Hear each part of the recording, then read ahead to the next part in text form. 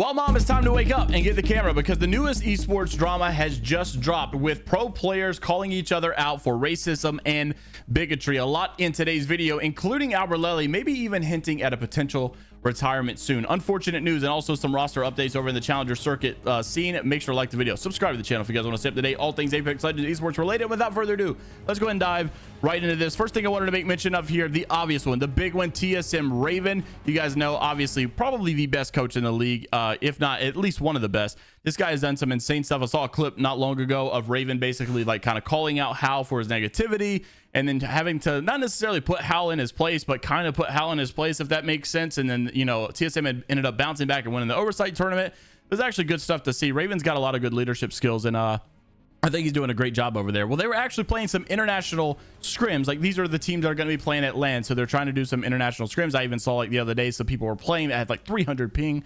It's kind of crazy to see. Nonetheless, in this Apex scrim like private match, you could actually see that they have like their own little chat, right? And Kashera was in this chat, and you could see on screen what he was saying. Let's see if you know, I'm not going to say it because I'll probably get demonetized, you know, like every single word. There's all kind of buzzwords you can say and YouTube will demonetize your video. They actually did it the other day whenever I just said that you know, Designful was ticked off at someone. They demonetized that video. I could not believe it. It's unbelievable. YouTube is insane. So anyways, you could see on screen right now what was said, right? And so a lot of people in the chat were immediately baffled, right? Like, huh, wait, what's going on? Like, oh, yo, like chill.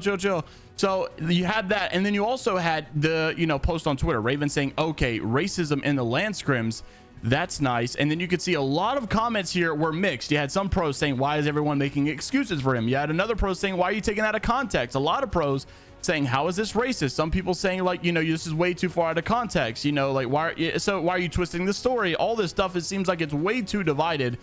And you also had, you know, like the whole, it feels like Apex is always in like a 1 month span of some internet news drama. Someone gets canceled, it's just every single week. It's like we're on a ticking timer of when the next person going to be. And it's always the people who, like, they'll retweet and say, oh, I can't believe this person did this, could never be me, and the next month it's them. And then the next person retweets, could never be me, I can't believe they're like this, and the next month it's them. It's like always a repetitive cycle.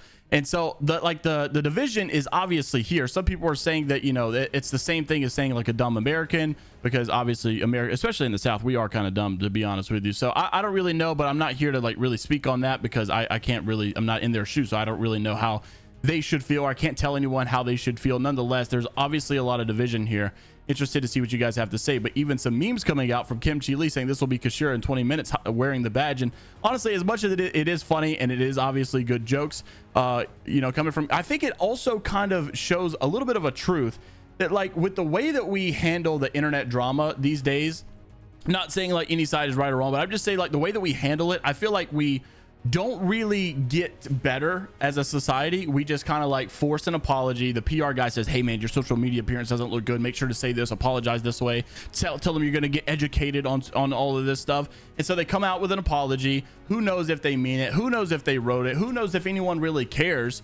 And then it's like, do we really even get better? And then, you know, who's the judge to say, like, you know, whether this was right or wrong? What was I think obviously we should always look at the intent, not necessarily like the actual word usage. I guess like the intent should matter a little bit, but like who's the judge of the intent? Who gets the final say of what the intent was? There's no really way of knowing. I think he eventually came out and also said that he wasn't trying to, you know, like direct this at a nationality or an ethnic group. So like, what was the intent? I have no idea. That's why I'm saying these apologies are just insane sometimes, and I feel like they're all repetitive. They probably all use chat GPT in order to make the apologies. You guys even saw, I think, was it an NFL player the other day or something, like they actually found out that someone of a big public figure made an apology for racism or something, and they use chat GPT to do it. It just goes to show you no one really takes this seriously anymore. We've just gotten so used to, oh, the internet's called me out, I gotta make an apology, I'm gonna tell them I'm gonna get educated, but I'm not really gonna go get educated. I don't even think anyone really cares. I just have to do this for my social media appearance. And then it's just like, bro, we don't really even get better with this repetitive cycle. Everybody's apology when they get, you know, called out like this, or every time someone gets called out, it's the same way. You get called out, it looks bad, you make an apology, you don't get educated, but you tell them you get educated, but you don't move on, and that's it. And it's just like, so I don't know, the internet drama is a little weird. Nonetheless, that is what's going on. And you know, it is kind of funny how things unfold sometimes, and especially like Kimchi Lee, you know, hey, he's predicting it spot on. Like, this probably will be the truth, honestly. Also wanted to mention, coming from breaking news, it's Matt. You guys may remember the Realm League. We're supposed to be waiting for this Team Q League that's going on, but when exactly will the Team Q League be happening? Well, first off, I would imagine people need to get paid before people are going to sign up for this Realm Team Q League. This was a Discord server. You can see a lot of big pros, a lot of semi-pros, a lot of well-known pros, a lot of streamers not getting paid from Realm League. This was the North American Realm private Discord chat where screenshots were sent. You could see that Native Messiah was not paid. Nano was not paid. Stay Naughty was not paid. And these guys seem to be like in no rush to pay these guys, and I don't understand why that's happened at all. But Vosky also still not paid, he says. Tempest still not paid. They go through Phony, and like they're asking like, hey, you know, let me know if you guys haven't been paid, and then everybody says none of us have been paid. So it's almost like they're faking like an incident, like, oh, I don't know how you guys were not paid. It's, you know, I feel like you guys should have been paid. So they even started adding people, and you know, still everybody, I haven't got paid. So it's unfortunate to see. If we're gonna have some third-party organizations come out and actually do some work here, they're gonna need a better reputation on paying players on time, because Apex has already had a horrible they've always had a horrible way of doing things, and even payments. Like Apex themselves, I think champs even took like over a year to get paid for. Like, I remember last year we had conversations of people from year 2 champs or year 1 champs not being paid like over a year afterwards. Like, it was so bad. And then like as soon as they make the viral post of like how they never got paid, I think the next week or something they got paid. So it's just like, it's like they're waiting for some reason or another, and I don't know what it is, but it's always these companies that do that. Like, they put on these tournaments and then they pay super late, and they wonder why everybody gets mad. It just makes no sense at all. Now I want to talk about some roster drama and updates. Yesterday we actually had Albralelie posted on the Apex Lounge channel that apparently he's actually considering retirement to some degree. I want to let you guys watch this. It's a short 30-second clip, and let me know what you think. Roll the clip. Nobody's reached out yet. If I can't, I'm just gonna say this now, boys. If I can't get a team that is in PL, and either has established drop spots or doesn't have established drops, or like, how can I read this? If they are in PL and have established drop spots or are willing to fight for them, if I can't get that, I'm gonna just call it, bro. So obviously you guys could see a little bit of an unfortunate situation. If Albralelie doesn't get the ideal team situation, he's talking about calling it, maybe moving on.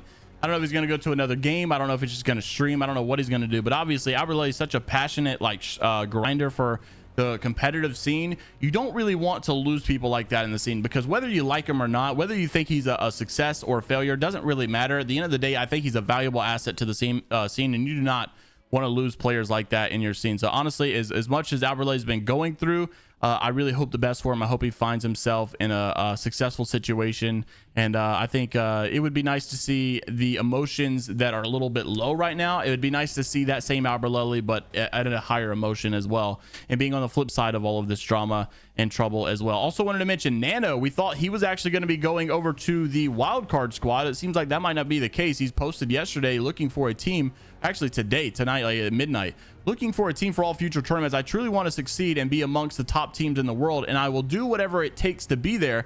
Those who know me know my actions match that. I preferably looking to IGL and establish a duo or build a team from scratch, but I am open to trying other roles as well.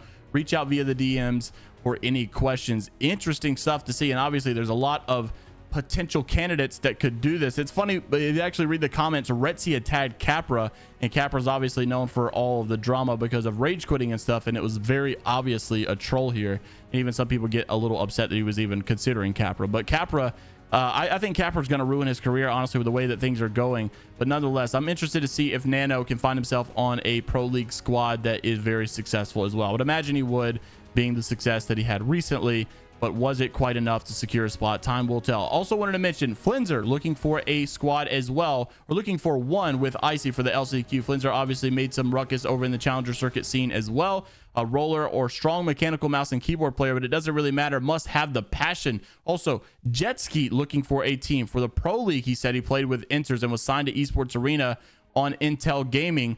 mouse and keyboard support as well. Also, RJ, this was a little bit of a sad situation. So RJ actually tweeted that they were going to be, or with Challenger Split Circuit 2 schedule being on an ongoing issue, we would like to have changed it for Challenger Circuit number 4. He tweeted this. The Apex Legends Global Series apparently had posted this, but it seems like the problem is there was a change of events and it was actually rescheduled to Father's Day.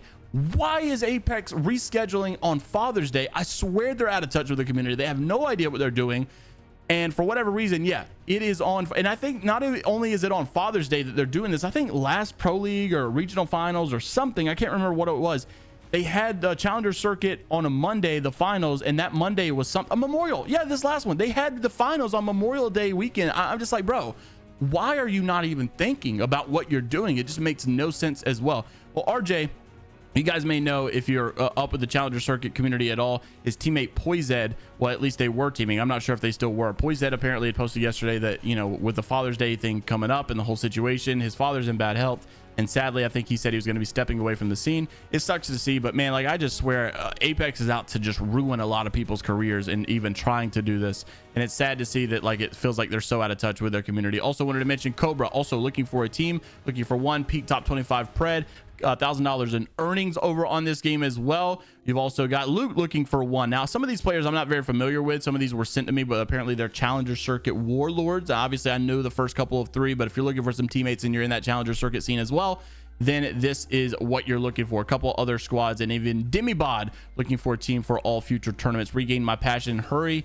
I'm hungry again, can co-IGL or frag and play most legends. Now, I don't really know the accolades of these last 2, but the first 3 obviously I know. So if you're looking for some teammates, then let them know. I will see you guys in the next one. It's Vibe or Die, only positivity. Let me know what you guys think about all the comments, or all the topics down in the comment section below. Like the video if you guys did enjoy. Subscribe to the channel if you guys want to stay up to date all things Apex Legends esports related. And until the next time, I will see you all later, Gators.